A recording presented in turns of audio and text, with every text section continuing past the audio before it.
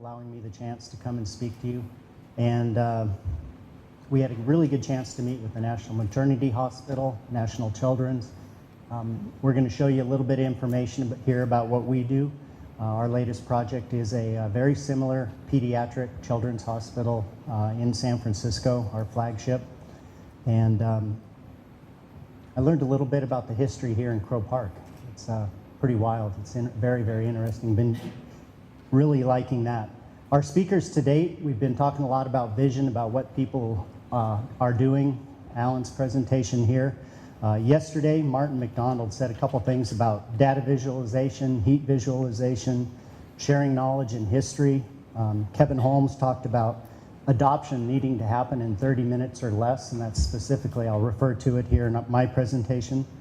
John Kerrigan, technology is an investment, should not be viewed as a cost. And Anand, talking about BIM being a seed, merely a seed for the digital twin. And operations is my perspective as an owner from the endpoint looking backwards. And then classification of data. Everybody's talking about data. Data is what makes up BIM. And my journey started from architecture. I came over to operations about 13 years ago.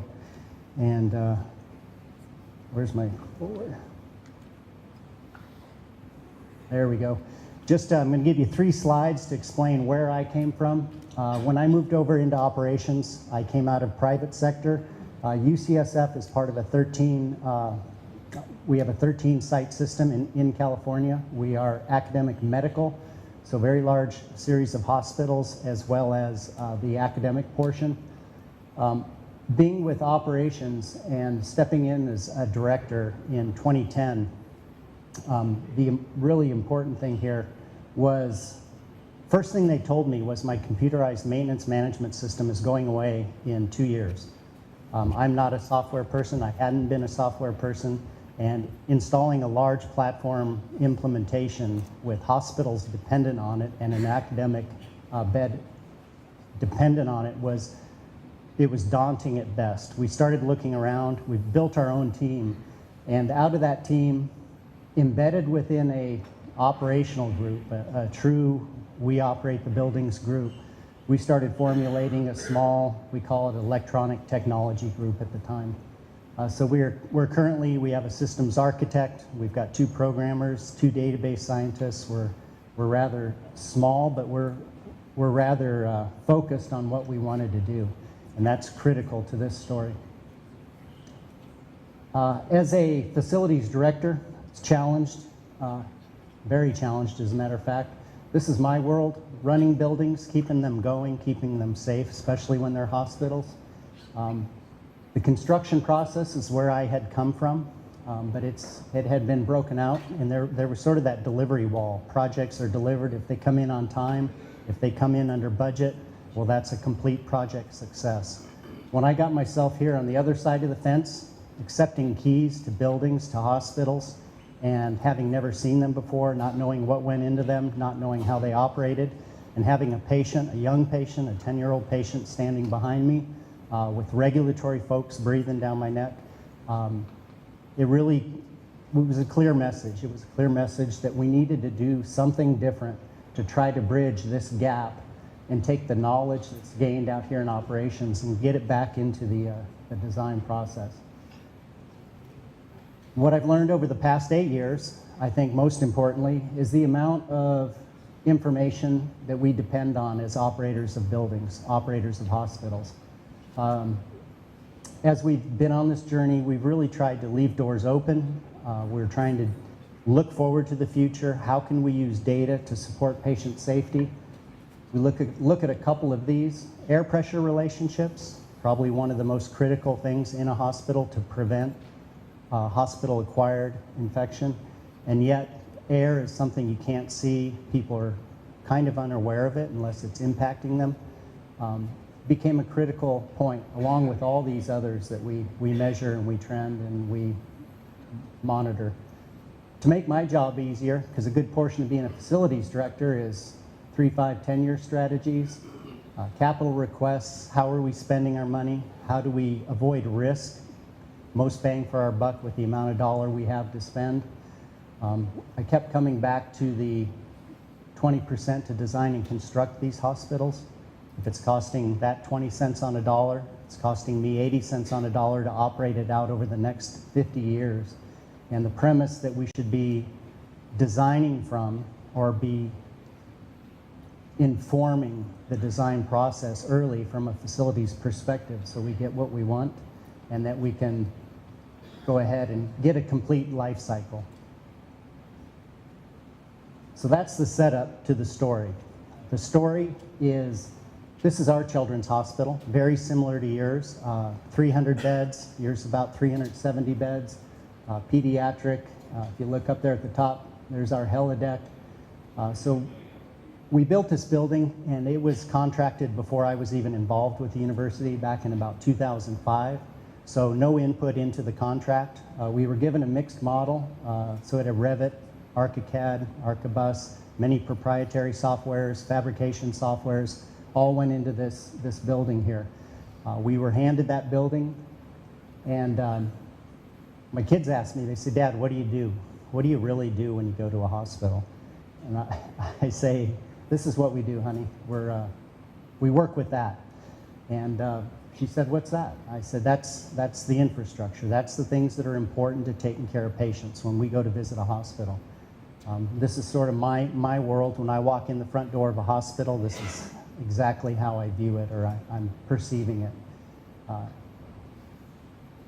What's critical here, and what we recognized early on, was that represents about 5% of the data that's in the BIM for this particular model. But it's the 5% that's most important for a regulatory, a patient safety, and an operational view.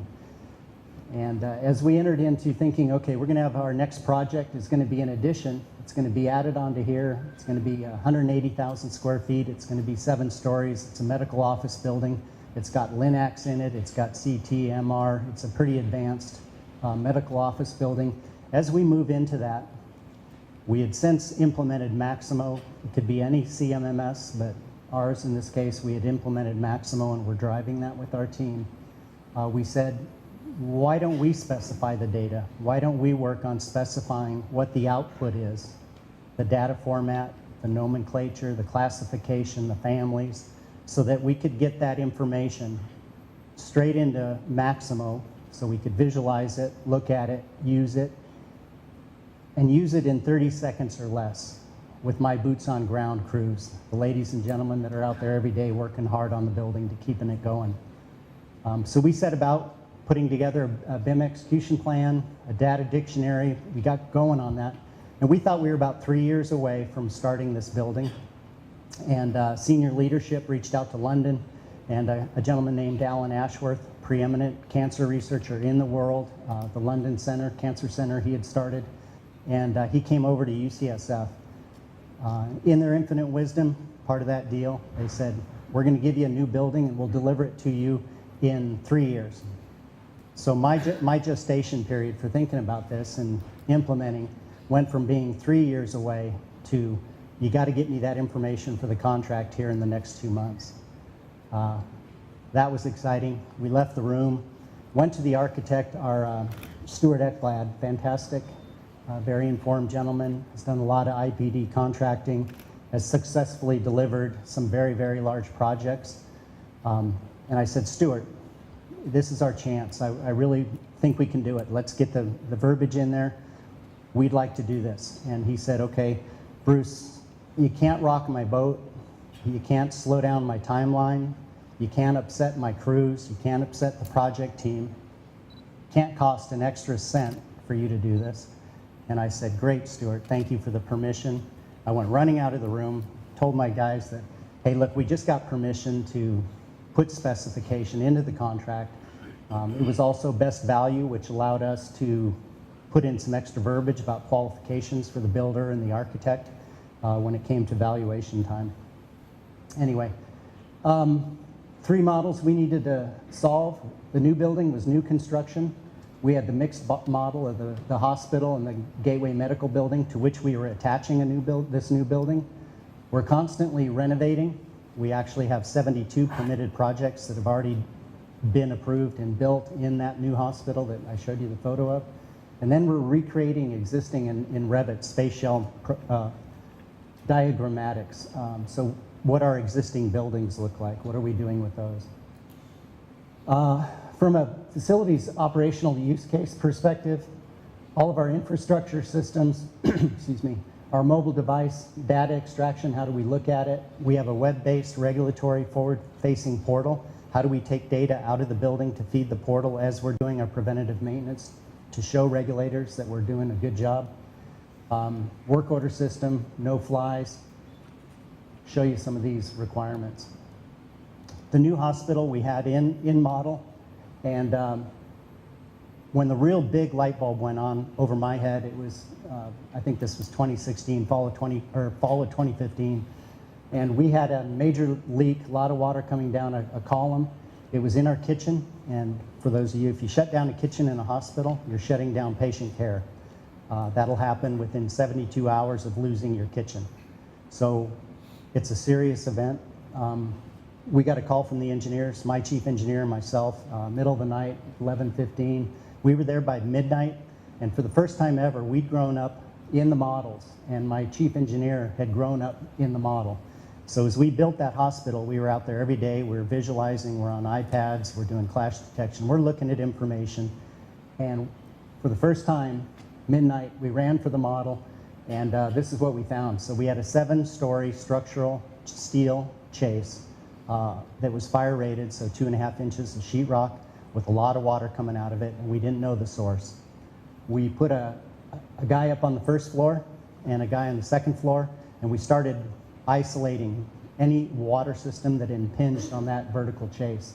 And within 45 minutes, 90 minutes, we had located where our leak was up in the 4th floor in an operating room. So we isolated the operating room, we contained it, and we were looking at sort of this situation on plumbing. We got it isolated. We called our mechanical. He was on the road. We had it fully contained for infection control purposes. He arrived about 3:30. He came to our tent and he said, I built this, I did the brazing, I know it's over here. And we said, no, come on, Mark, it's right here, we're sure. And he said, no, it's over here. So we contained another area, we punched holes in the wall, and there was nothing there. And we said, Mark, come on down, it's in here. And we went into our containment, we punched a hole in the wall in this vertical chase, and we were 16 inches off the leak source. He had it repaired, we had it contained, sealed back up. We opened the kitchen at 7 a.m. and that OR started doing procedures at 8 a.m. That in the old days could have been a 2-day process. So very critical. That gave us information that said, okay, we want to be able to touch a system where we have a leak. A field engineer could touch a leak. The system could tell them where the isolation valve is to isolate that leak. It could tell another engineer downstream where the dry impact is going to be, so we can go out and talk to nursing and let them know they're losing water going code dry. It can give us all the information on the system itself. And then we put in these orange columns, and you'll see them in the model, 24-inch by 24-inch, deck to deck, no fly zones, and we hung them on every single valve, and anything we needed to actuate, any filter, any fire smoke damper throughout the entire building. When those were turned off at the end of the project, for the first time in my life, we'd been left with access to get to valves, to get up there, to do emergency service, which was a huge deal. So PCMB, here we go. There it is in Revit and what a detailer will look at. Here it is this is actually in Maximo, a Maximo view, and Maximo, how it will view a model. And we've done a proof of concept utilizing Navis. We're now using large model viewer. But we got a call from the University of California, and they said, hey, what are you doing over there? We're interested. And they came over, and this was Office of the President that oversees the system. And a gentleman came in, and he was in procurement, and he said, I need to know what kind of materials go into your hospital. And he has a center of excellence, and he said, I can save $70 million a year over the system if I knew what went into these buildings. We said, you just want to know what goes in? And he said, yeah.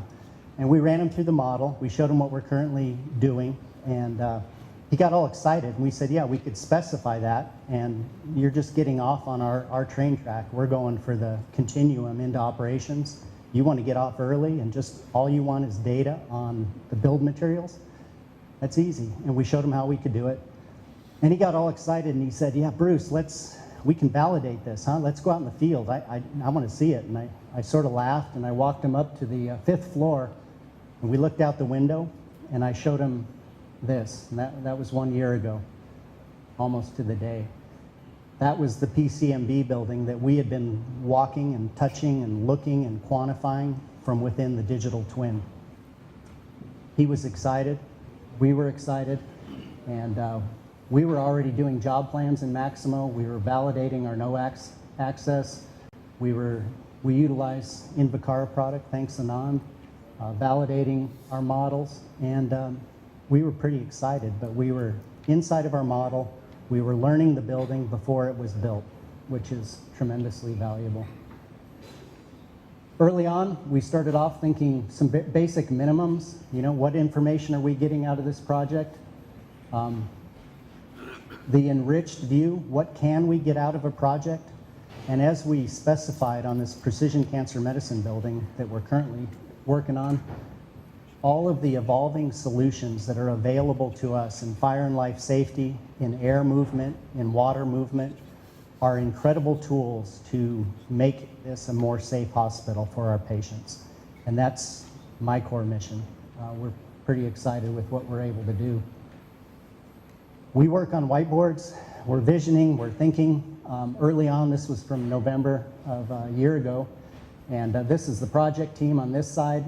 There's the Revit model, this Revit 2017, BIM 360 using that platform, interpretive tools, field and glue, all sitting on the Autodesk platform. We realized, wow, we want to own that platform. Different format for contracting, IPD, alternate forms of contract that allow us to work collaboratively with our design teams, our project teams, our builders and architects. And then this was just the whole side of looking from a facilities perspective, what we wanted to get into the model so we could get things out of the model and start using them. This fence was what I felt in 2008 when I did my first project. I got a project and it was the first time I'd seen it. Here's your keys. And then I started learning about it. Then I started loading it into my CMMS system. We, in effect, moved that fence back earlier in the process. And our team now, we have the solutions architect, the IPD, BIM for FM coming out of the project, the different groups for planning, design, construction, architecture, programming. All of that, my pitch to senior leadership is that we're now, by design, by process, we can no longer be silos. We have to lay down one on top of another, and we're a continuum team from programming into operations for the next 50 years, and there is no other way to view buildings. So that's sort of the journey to get to here. And then what do we do with the information that we conformed? The 5% we specified for the model, we sort of said, okay, that 5% we're going to tightly specify. The other 95%, we're going to let that float strictly to constructability so that we didn't add cost, as my promise to Stuart Ekblad. I would not add cost to his project. And we're currently doing fine. We haven't added cost. I've told people by specifying less, builders have actually, on this project, told us, this is better for us. We'd rather have a smaller subset, tightly defined, do the constructability, and we're saving money. You're winning by getting what you need, and it's been a real good process. So, can you fire this one up? Yeah, thank you. Hello, and welcome to Maximo. This is UCSF BIM for FM, and we're opening up our latest Maximo 7.6.0.9. We're going to take a look at BIM projects. We have one big BIM project in there, so we'll go straight to assets and show you once again. This is IBM. This is the latest Maximo version, and we'll click on asset and just conjure up some of our asset that we have in the model. And we'll start off showing you all the tabs, normal capabilities of IBM Maximo. We get to the 3D view, and we're opening up Autodesk Large Model Viewer within Maximo. So we are actually doing our viewing from within Maximo, utilizing Large Model Viewer. This is the architectural exterior, one of 6 trade models that we're currently using to construct this building, and these will all be melded or amalgamated into a federated model here in the next 2 to 3 weeks. Taking a look at the fabrication model, and this is a 2017 Revit. We're going to select a large asset on the roof. It's an air handler, it looks like. Lo and behold, a Climate Craft air handler number 7. We numbered these in orders with the ones that are pre-existing, so it makes sense to our building engineers. And you're going to be able to take a look at, once again here in the fabrication model, a lot of orange columns. We're going to get into explaining those in a second, but for now, we're going to click on another asset within the model and take a look at a BIBO, a bag-in, bag-out filter. Open up attachments associated with that object, and there we go. Manufacturers all of the information on that particular bag-in, bag-out filter bank available for our engineers to work with. Once again, this is coming out of the model as part of the metadata set, object-based architecture. Getting back to our fabrication model, and once again, 2017 Revit, fully fabrication capable. And you'll take a look at those 24-inch by 24-inch vertical deck-to-deck, no-fly zones attached to valves, fire dampers, smoke dampers, anything that needs to be actuated. And at the end of the project, we turn them off so they're available. Yeah, look at all of them here in the plumbing model. Those are all valves. That leaves that area open for our engineers to get into ceilings. Here we're typing in shower. It's a medical office building, so we're not getting a lot of showers. What we do show is an emergency shower, an eye wash, and we'll go ahead and click on that as an asset, all the information involved with it. And since we are in our Maximo CMMS system, we're going to go down here and see what we can find out from the model. Click on properties, and there we go. Just a huge set of data that has been specified in contract. Because we are in Maximo, we can simply click on a work order, generate that work order, service order process directly from the model. We can also take a look at work history, work details, children, ancestors, all the capabilities brought to us. And there's some work orders, just some samples that we've built into there, getting started on this use. Once again, all this data is being prioritized, and sort of from a facility-centric view, we get down here and take a look at product data. This is the BIM object, what goes into the model from the architecture perspective that supplies the metadata. And so that we're not unloading all that data, and here's actually the manufacturer's information on that same thing. But we're not taking data out of the model, setting it down, and then data wrangling it and uploading it to Maximo. We are specifying it so that through nomenclature, classification, omni-classification, family, so that it comes out into Maximo. And here we go, a future.